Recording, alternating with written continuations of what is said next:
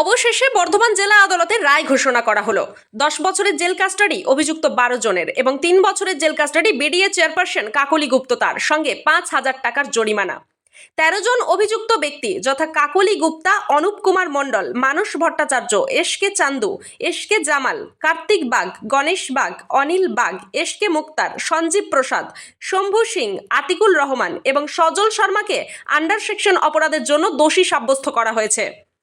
IPS ধারা 341, 326, 307, 34 এবং CrPC ধারা 235(2) এর বিধানের অধীনে দোষী সাব্যস্ত হয়েছে তারা।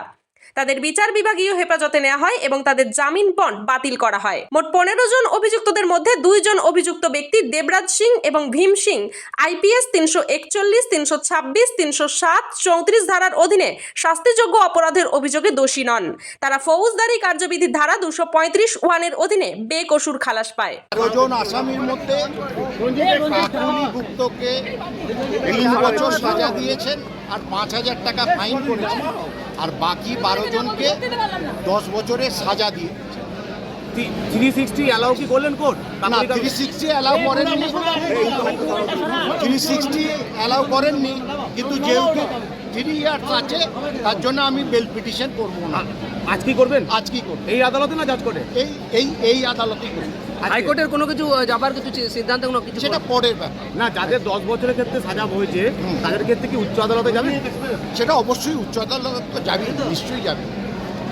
আপনার নাম পরিচয়?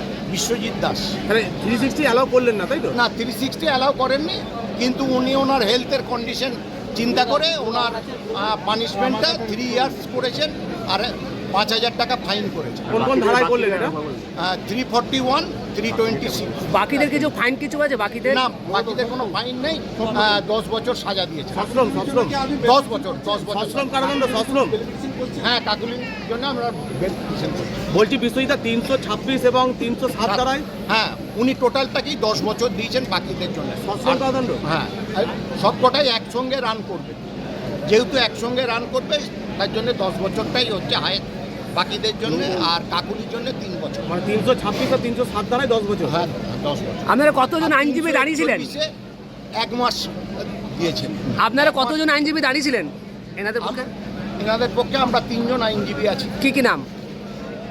আমি বিশ্বজিৎ দাস, অমল দত্ত, উদয় কুমার।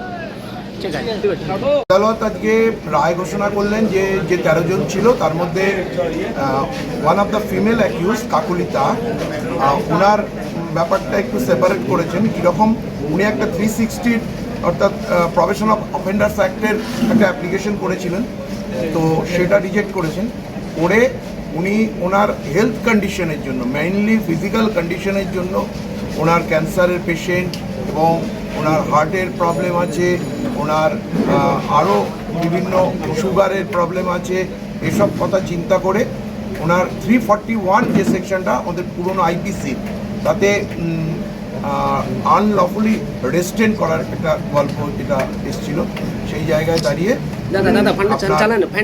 ওটাতে 1 মাসের সাজা দিয়েছে আর 5,000 টাকা জরিমানা করেছে। আর at the same time capital punishment মানে যেটা ক্যাপিটাল সেকশন ছিল 326 এবং 307, সেখানে উনি কাকলি তার ক্ষেত্রে শুধুমাত্র সেটা 3 বছরের সাজা ঘোষণা করেছে। আর আদার্স যে 12% আছে অ্যাকিউজড, তাদেরকে ওটা 10 ইয়ার্স পানিশমেন্ট দিয়েছে।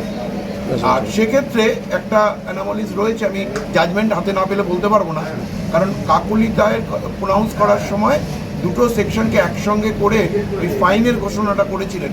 এবার জানি না এটা এদের ক্ষেত্রে ফাইনটা ইম্পোজ হয়েছে কিনা, এটা আমি জাজমেন্ট দেখে বলতে পারবো। তবে ক্যাপিটাল পানিশমেন্ট বলতে এই সেকশনগুলোতে লাইফ ইমপ্রিজনমেন্ট ছিল, সাহেব বলেছেন যে না, সেই জায়গায় আমরা তাদেরকে লাইফ ইমপ্রিজনমেন্টে যাচ্ছি না, আমরা ওই সেকেন্ড চ্যাপ্টারে যেটা আছে up to 10 years, May extend two 10 years, ওই 10 ইয়ার্সেই সাজা। এখান থেকে কি আপিল করার কোনো ব্যবস্থা করছেন না? আপনারা হাইকোর্টের জন্য কিছু চিন্তা ভাবনা করছেন? না, আমাদের তো অ্যাপিল তো হাইকোর্টেই করতে হবে, অনারেবল কোর্ট করতে হবে, এবং আমরা হাইকোর্টে খুব শিগগির অ্যাপিল করব। বলছি কাকুনিদাকে 326, 307 ধারায় 3 বছরের কারাদণ্ড দিল, হ্যাঁ। আর বাকিদের হচ্ছে 326 এবং 307 তাতে ধারায় 10 বছরের কারাদণ্ড। আর 5,000 টাকা যেটা ইয়ে করেছে, দিতে বলেছে, ওটা কি 341 ধারার মধ্যে? যখন 341কে উনি অ্যানাউন্স করলেন তখন ওই ফাইনের ঘোষণাটা করেছেন।